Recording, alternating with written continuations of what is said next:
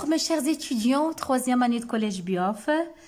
La séquence 4, l'immunité spécifique, je vais être très bref concernant cette immunité spécifique.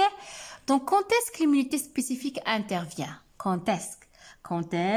Lorsque l'immunité innée non spécifique, il échoue. Oui, c'est-à-dire les phagocytoses n'arrivent pas à éliminer le microbe. Si l'immunité innée, si l'immunité non spécifique ne suffit pas à stopper l'infection, eh bien, l'organisme, le système immunitaire, il fait appel à d'autres soldats. Il fait appel à un système de défense beaucoup plus complexe.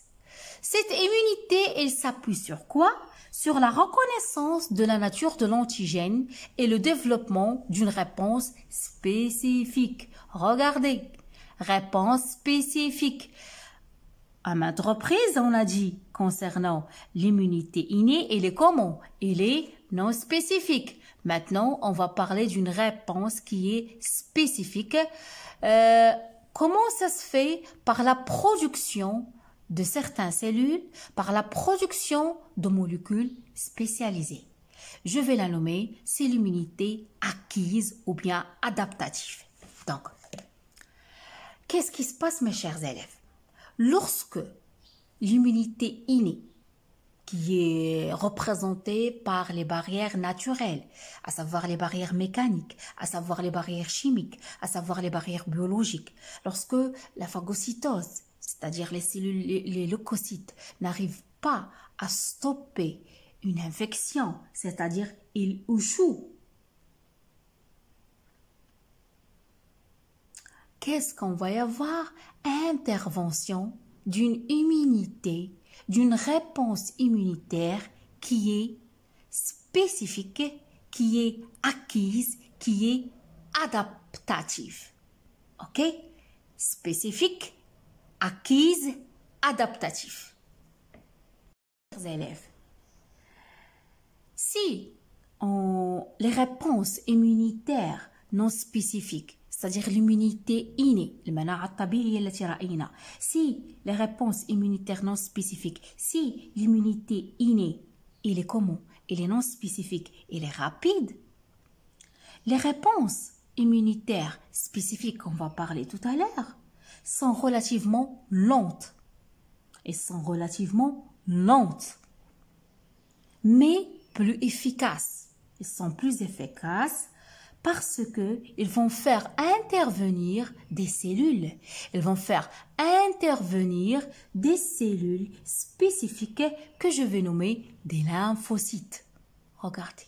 Donc, l'immunité acquise, l'immunité adaptative, elle est assurée par des lymphocytes, je dirais des lymphocytes, كريات lymphawiya, des lymphocytes spécifiques à chaque type d'antigène.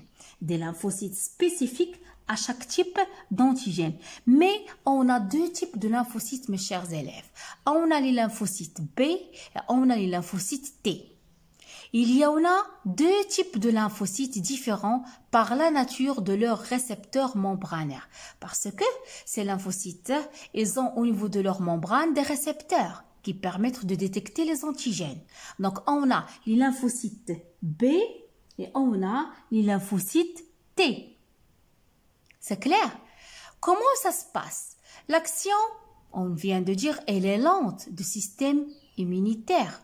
Lorsque je parle de l'immunité acquise ou bien adaptative, on a une réponse qui est lente, qui prend du temps. Pourquoi elle est lente? Pourquoi elle prend du temps? Parce qu'elle se déroule, je peux dire, en trois phases. La phase de reconnaissance, la phase de multiplication et la phase de différenciation.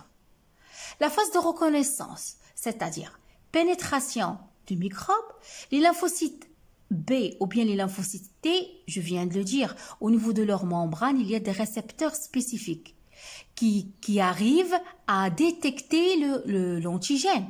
Donc, les récepteurs membranaires spécifiques, ils sont complémentaires d'un déterminant antigénique, c'est-à-dire il y aura une complémentarité. Une fois qu'ils le détectent, il y aura une complémentarité. Donc, l'antigène sera retenu lors de leur contact avec ce déterminant. Ok?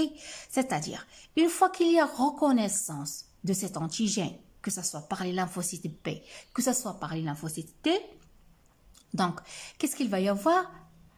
Ces lymphocytes, ils seront excités, ils vont se multiplier, ils vont se proliférer. Donc, les lymphocytes B sont sélectionnés directement par les antigènes libres ou exposés à la surface de cellules étrangères. Donc là, je parle des cellules infectées ou des virus. Il y en a des notions que je ne vais pas traiter avec vous, ça dépasse un petit peu vos compétences, donc je vais être un petit peu bref dans cette partie-là parce que ça, le CPA et ces mots-là, vous allez le voir en deuxième année bac. Donc, je vais seulement vous faciliter la tâche.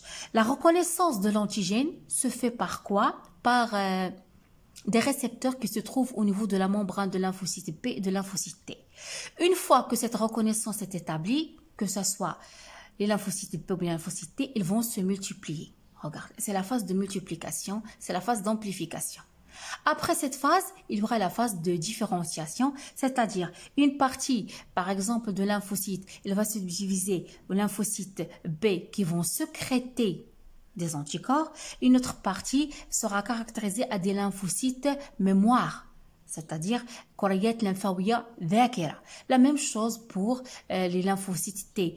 On aura deux parties, deux groupes, des lymphocytes T tueuses qui vont tuer les cellules infectées par des virus et on aura des lymphocytes T mémoire. C'est ce que j'appelle la différenciation. Donc c'est ça le processus de l'immunité spécifique. Donc retenez l'immunité adaptative, acquise, spécifique. Parmi ses caractéristiques, elle est lente et elle est spécifique.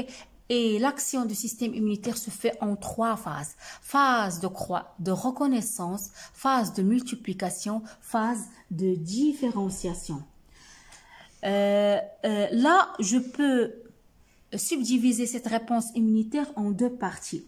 En réponse immunitaire humorale, réponse immunitaire spécifique humorale, c'est-à-dire il sera établi par les lymphocytes B. Qu'est-ce qu'ils font ces lymphocytes B, mes chers élèves? Ils sécrètent des anticorps. Ils sécrètent des anticorps dans le sang qui sont capables à se lier à l'antigène. Ça, c'est la réponse immunitaire spécifique humorale.